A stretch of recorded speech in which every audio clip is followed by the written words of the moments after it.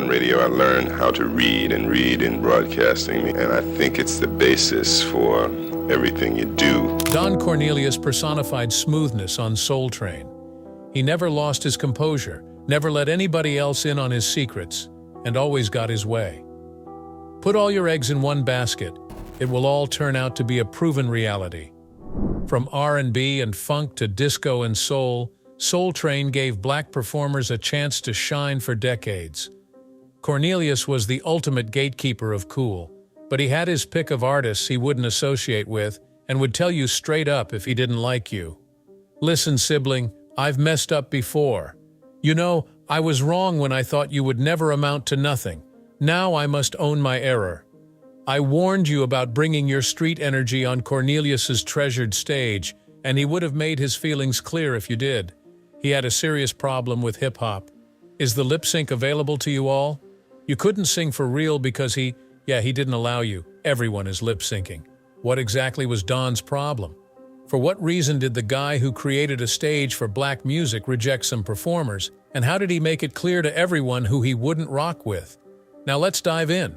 Soul Train's undisputed cool guy, Don Cornelius, had a secret weapon, Rick James. James could get under Cornelius's skin like no other musician. There was obvious tension in their on-air exchanges. Listen, sibling, I've messed up before. It allegedly went further than that. I warned you that you would never amount to nothing, and now I'm eating my words. Many think Cornelius's feuds with rappers, dancers, and anybody else who brought that street spirit to Soul Train revealed his genuine problem with the entire hip-hop movement. As Rick James walked by, he would mutter something like, "It's just me. Brother, who are you working with on this?" However, Rick was not the kind to take criticism lying down, so he retaliated, and the feud between them was about more than just Rick. Underneath Don's actions lay something worse.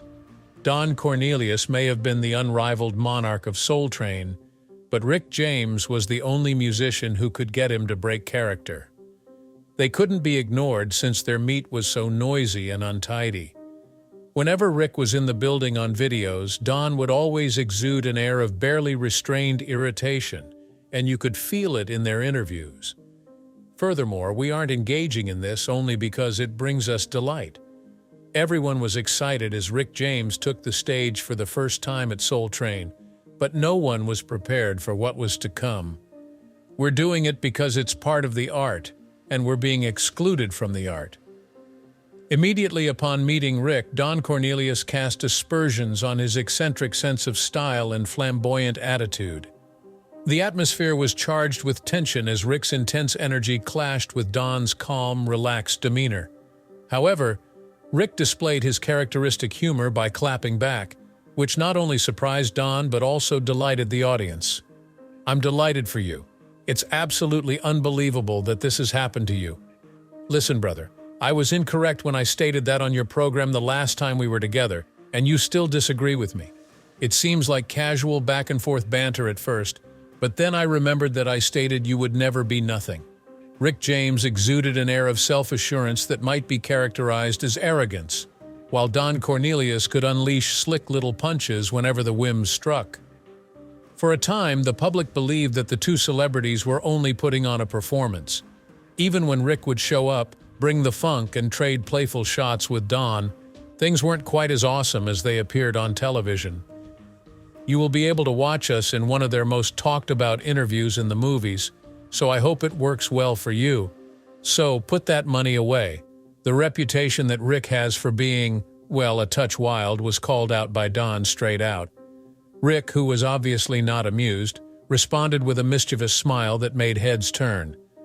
"So that's why you invited me here, wasn't it, Don?"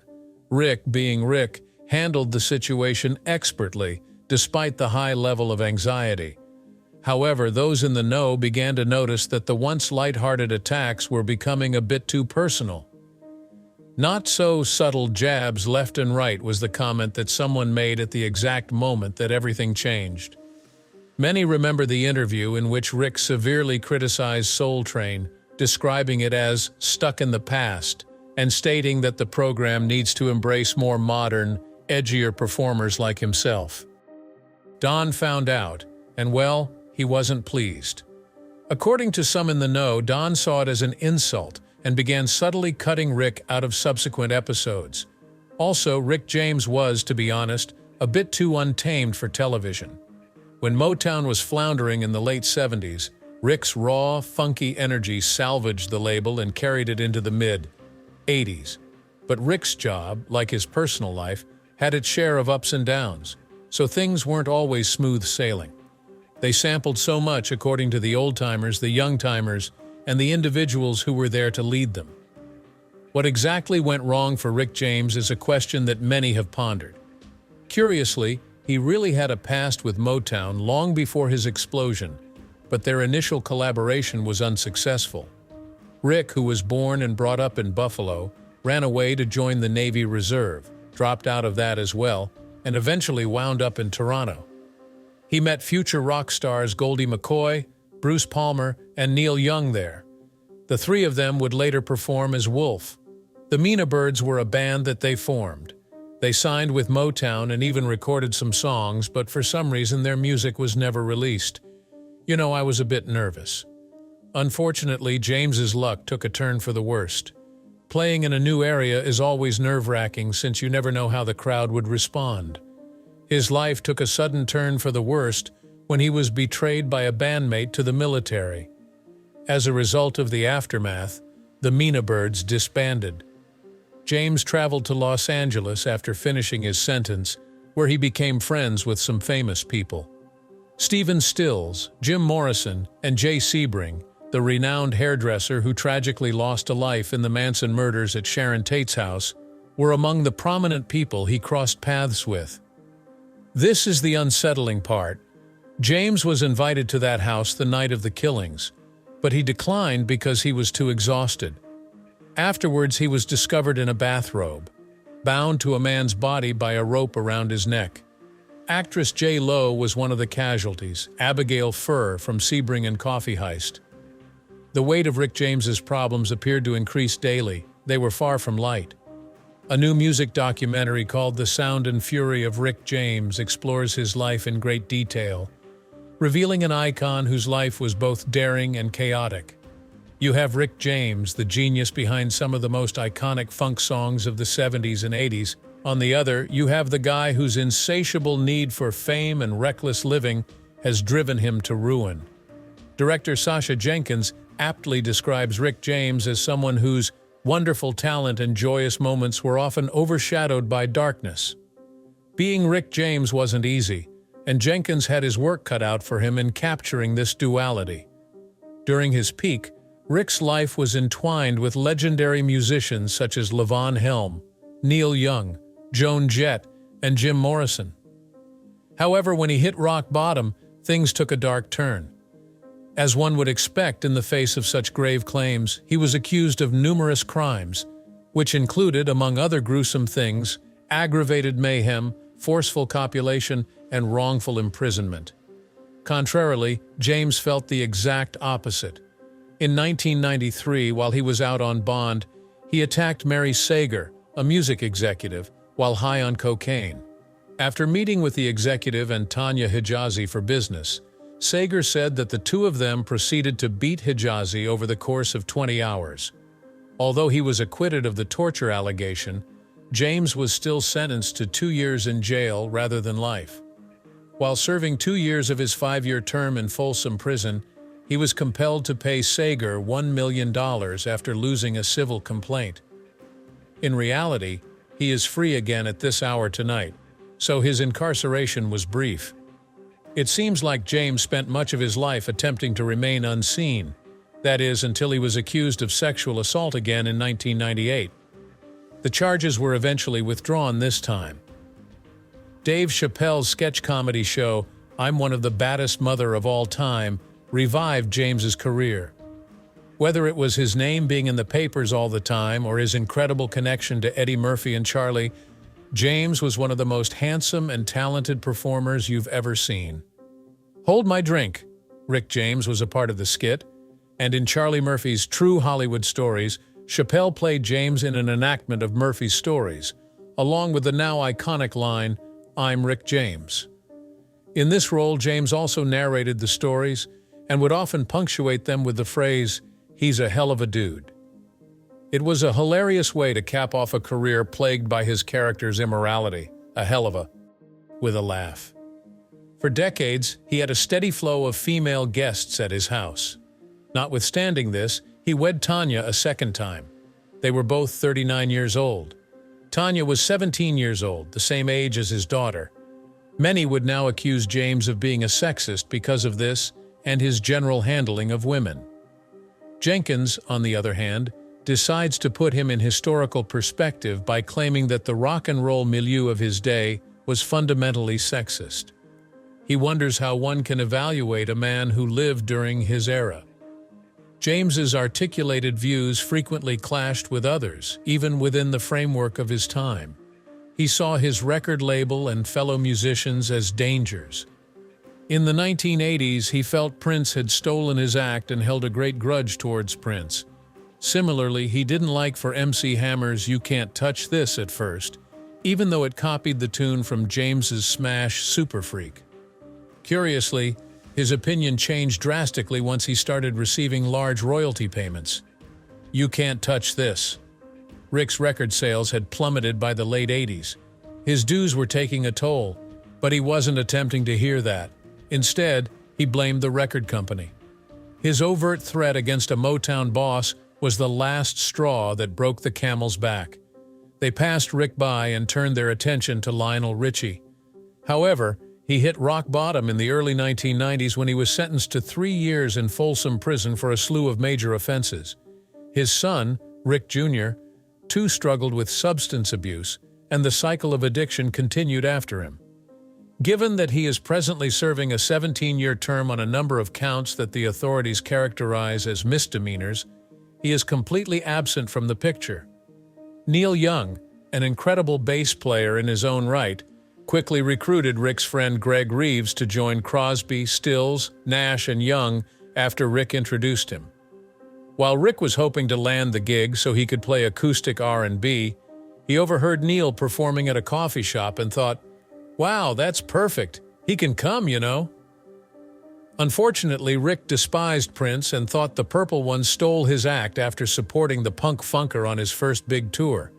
His hatred for him was palpable, in my opinion.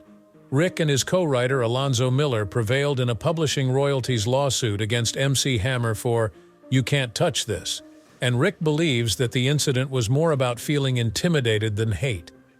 In 1990, they were also honored with the Grammy for Best Rhythm and Blues Song. Rick awkwardly stated that he would never have given his approval for the sample if he had been questioned beforehand. "Oh, I'm Rick James. Forget about who you thought I was."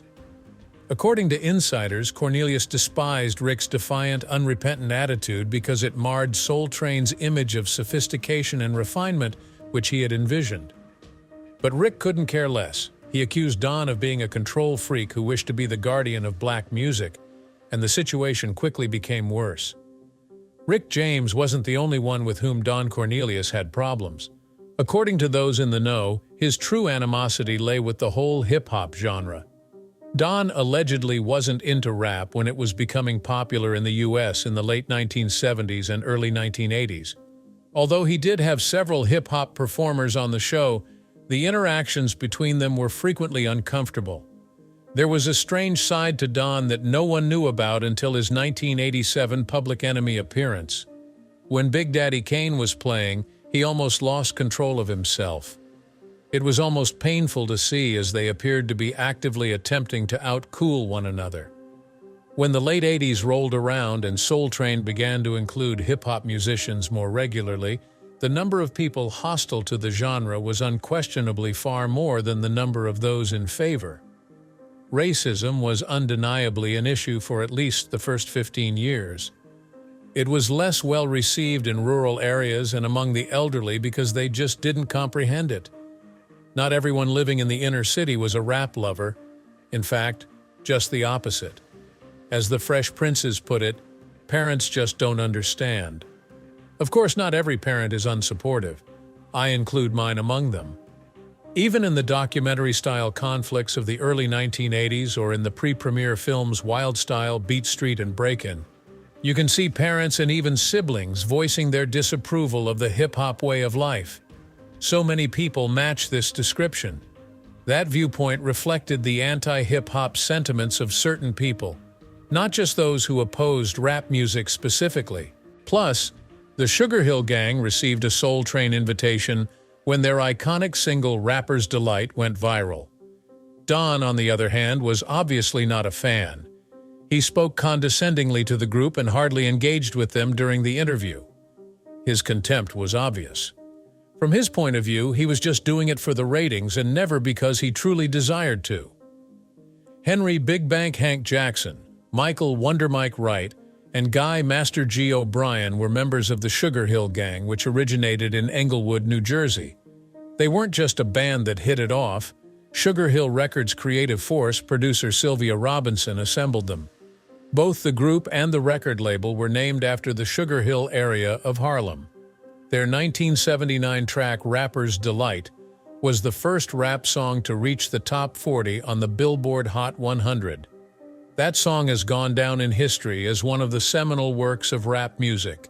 Apache, Jump On It, and Eighth Wonder, which they played on Soul Train in 1981, generated news in Europe, but they never had another huge success in the U.S.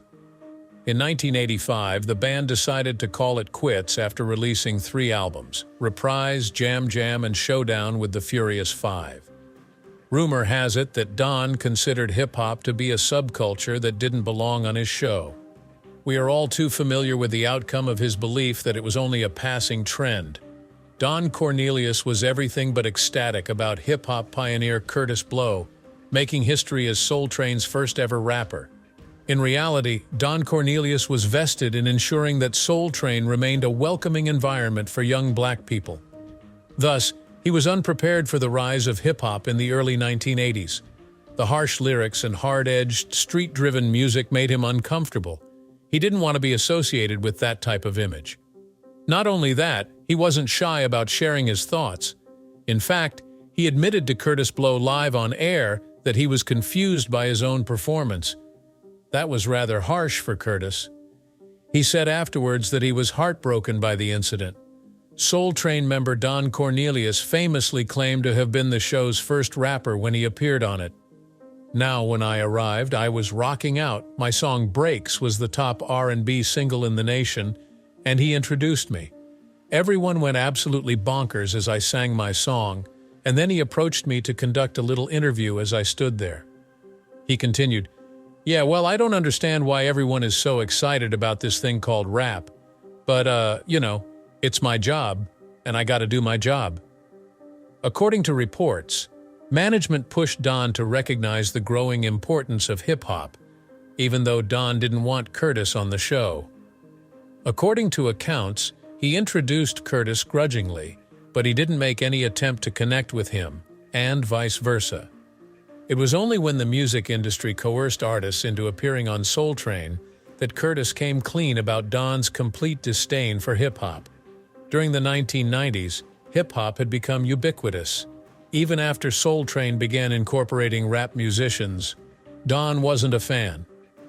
Don made it plain that he wasn't impressed by the Bad Boy and Death Row Records artists who were making waves on the show. He refused to embrace the new culture and extended the cold shoulder to performers such as Diddy, Tupac, and Snoop Dogg. Supposedly, that one confrontation backstage at the BET Awards would have reached that level if Don Cornelius hadn't shown his face. If you want to hear some actual musicianship, go to Soul Train. Don publicly ripped hip-hop for it. This material has of short lifespan. The world was about to be turned upside down by hip-hop, and he had no idea. The dancers were just as vulnerable as the rappers when it came to Don. Rosie Perez is here. Even though she wasn't Don's favorite, Rosie began her career as a Soul Train dancer in the 1980s. She said that Don used to make fun of her whenever she danced too wildly, saying that it wasn't refined enough for Soul Train. Later on in interviews, Rosie exposed him by saying that Don despised it when the dancers showed their true, unrehearsed selves on stage. Her story goes like this. He attempted to bring them down to earth and get them to act more professionally, but Rosie wouldn't budge. She battled for the freedom to dance as she pleased and left Soul Train with her honor intact. The fact that Soul Train altered the course of music will never be forgotten, regardless of Don Cornelius's grudges against specific musicians. The show provided a stage for prominent figures in R&B, funk, and, in due time, hip-hop. The Jackson 5 and Whitney Houston, among others, owe at least part of their fame to the stage time Don gave them, whether Don liked it or not. Many black performers got their start on Soul Train. It did more than just create trends. It compelled the mainstream American public to give black music its due.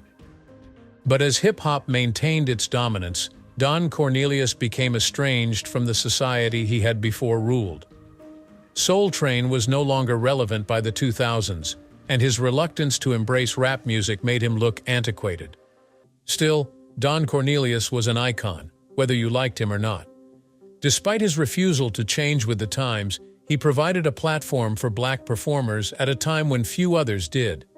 Even as the society shifted beyond him, he remained intent on limiting the scope of black music, as seen by his feuds with Rick James, hip-hop pioneers, and even his own dancers.